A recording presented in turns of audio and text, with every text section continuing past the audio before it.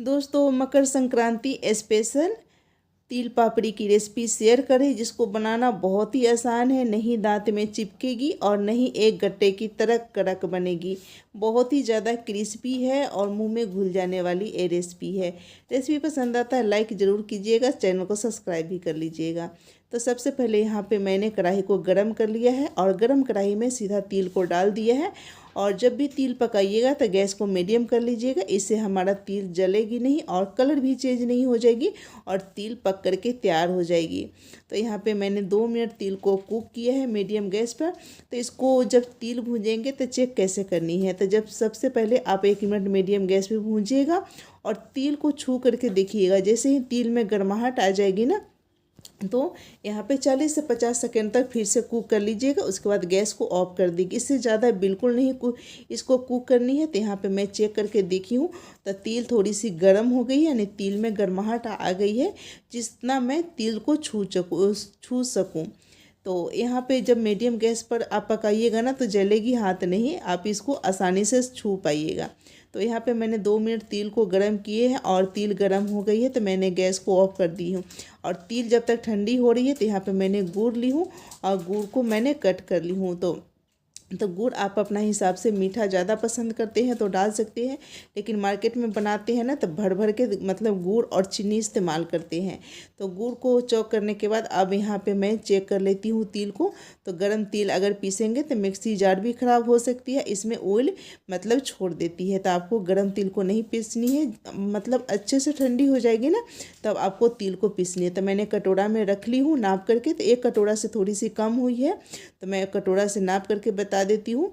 तो 1 कटोरा से थोड़ी सी कम हुई है तो मिक्सी जार में इसको रुक रुक कर मैंने चलाया है। इसको पूरा फाइन सा नहीं पीसना, इसको दरदरा सा ही पीस करके तैयार करना है। तो देख सकते हैं कि यहाँ पे दरदरा सा ही मैं पीस करके तैयार की हूँ। तब इसको मैं साइड में रखती हूँ।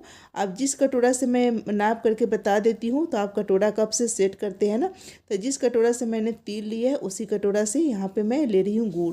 तो यहाँ पे मैंने आधा कटोरा के करीब गुड़ डाली हूँ और यहाँ पर थोड़ा सा चीनी डालूंगी तो लगभग यहाँ पे आधा कटोरा हो जाएगी।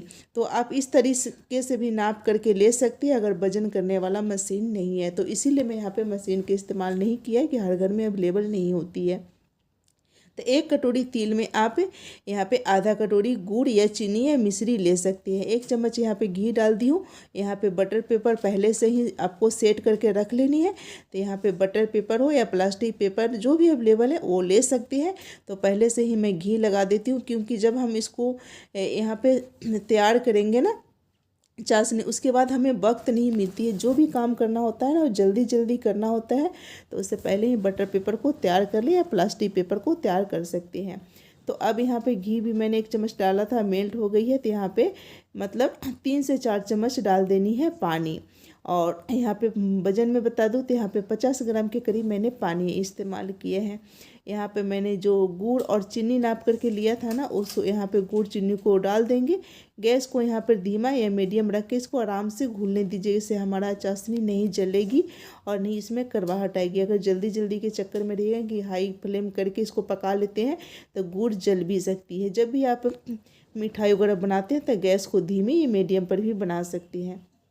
तो देख सकते हैं कि कुछ ही देर मैंने पकाया तो यहाँ पे चीनी और गुड़ घुलने के बाद यहाँ पे उबाल भी आ गई। उबाल आने के बाद इसको थोड़ी देर और पकाएंगे। जैसे ही कलर चेंज हो जाएगी इसको मैं धीमी गैस पर ही पका रही हूँ। अब यहाँ पे थोड़ा सा कलर डिफरेंट रही है, इसको 1 मिनट पकाया है। उसके बाद ठंडे पानी में अब चाशनी को चेक करेंगे।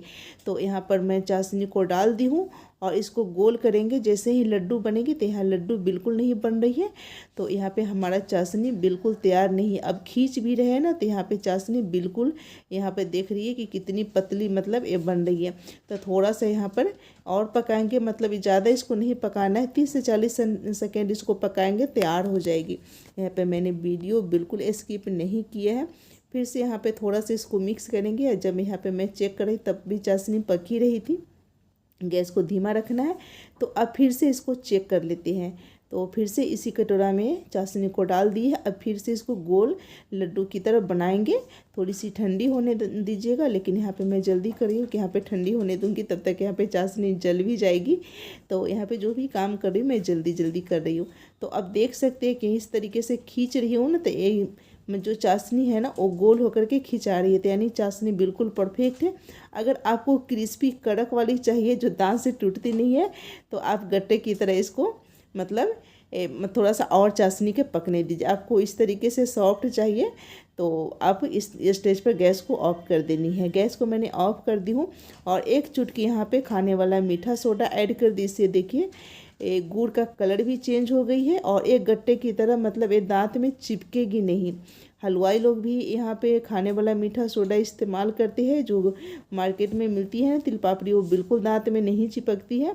सभी को मिक्स करने के बाद अब यहाँ पे मैंने जो तिल पीसा है ना उस तिल को यहाँ पे डाल देंगे और डालते जाएंगे और मिलाते जाएंगे। अभी कढ़ाई गर्म ही है, गैस को मैं ऑफ कर दी हूँ।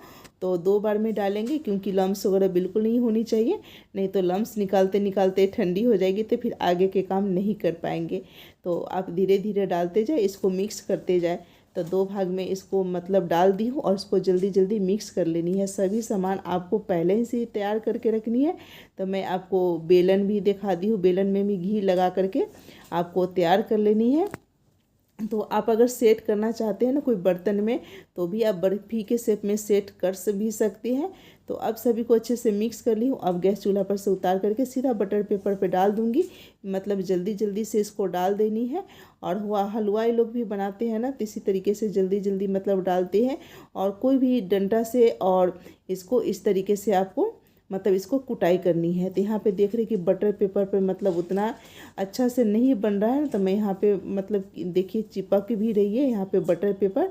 तो जो भी काम करना है वो जल्दी जल्दी करना है। तो यहाँ पे मैं किचन प्लेटफार्म पर मैं निकाल ली हूँ। तो आप इस तरीके से किचन प्लेटफार्म पर भी डाल करके इसको अच्छे से कुटाई कर सकते हैं। तो इसको 1 मिनट तक मतलब अच्छे से कुटाई करेंगे। अभी काफ़ी ज़्यादा ही गर्म ही है, इसको गरम गरम ही इसको कुटाई करेंगे ना, तो जितना इसको कुटाई करेंगे उतना ज़्यादा एक क्रिस्पी बनती है। तो आपको ध्यान रखनी है कि इसको ठंडा होने से पहले ही कुटाई करनी है। जैसे ही थोड़ा सा ठंडा होने लगेगी ना तब आपको बेल लेनी है, नहीं तो वो पता चले कि कुटाई करते करते ठंडी हो जाएगी तो आप इसको सेफ बना भी नहीं सके। तो ऐसा नहीं करना है। तो अब यहाँ पे मैं इसको बेल करके देख रही हूँ, तो ये देख सकते हैं कि ये फट रही है।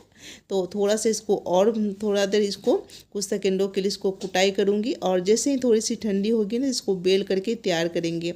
और ये बिल्कुल दांत में नहीं चिपकती है। अब इसको हाथ से थोड़ा सा शेप देते हुए, थोड़ा सा बाहर से इधर से किनारा फट रही है ना, तो इस तरीके से हम हाथ से शेप देते हुए इसको लंबा या गोल जैसे बेलाता है ना उस तरीके से आप बेल करके तैयार कर सकते हैं।